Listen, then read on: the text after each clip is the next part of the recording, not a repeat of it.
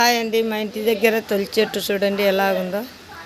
మా ఇంటి దగ్గర తొలి చెట్టు బాగుంది చూడండి. ఎన్ని దోసకాయలు చూడండి, అన్ని ఏరాను ఎలాగుండాయో అన్నీ పోయినటువన్నీ.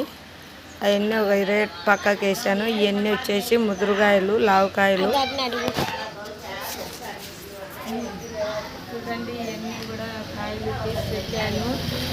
అక్కడ పూల చెట్లు బాగున్నాయా మాయి, కరివేపాకు చెట్టు, పూల చెట్లు అన్నీ ఉన్నాయి. ఒకసారి బాగా చూడండి అందరు. ఇక్కడ వచ్చేసి మామిడికాయలు, ఇవి వచ్చేసి శనగకాయలు, ఇవి వచ్చేసి దోసకాయలు అన్నీ వేసాను. బండికి గురించి చెప్పు. అందరం ఇప్పుడే అన్ని బండికి వేసుకున్నాను. అక్కడ వచ్చేసి ఒకటి శనగకాయల మూట కూడా ఉంది. ఇవన్నీ ఇంకా సర్దుకోవాలి బండికి. బండి కిందికి కూడా కాయలు అన్నీ బండి కిందికి పోతాయి చూడండి. ఇవన్నీ వేసుకొని ఇవన్నీ దొబ్బుకొని పోయాలకు సెంటర్ రోడ్లేకి ఏంపల్లి రోడ్డు చెట్లు పోయాలకల్లా నా పానం తెగిపోతుంది. ఇంత బరువు దొబ్బాలి నేను.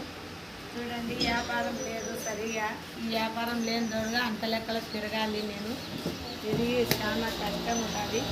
ఇంకా ఇవన్నీ కోసుకొని ఇవన్నీ బండికి వేసుకోవాలి.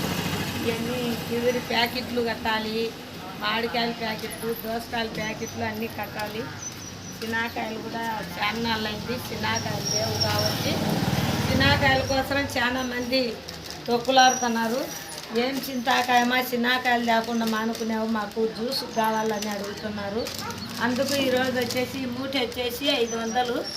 500తో 2 మూటలు తెచ్చాను. 1000 రూపాయలు. 1000 రూపాయలు లెక్క వెళ్తుందో లేదో నాకు తెలియదు, కానీ అందరూ అడుగుతున్నారని చెప్పేసి తెచ్చాను 2 మూటలు. చూడండి, అంతా సరుకు చూసుకొని గమనించండి. ఈ వ్యాపారం నేను చేస్తున్నాను. మా కష్టం అంటే ఎట్టుంటుందో అందరికీ బాయ్.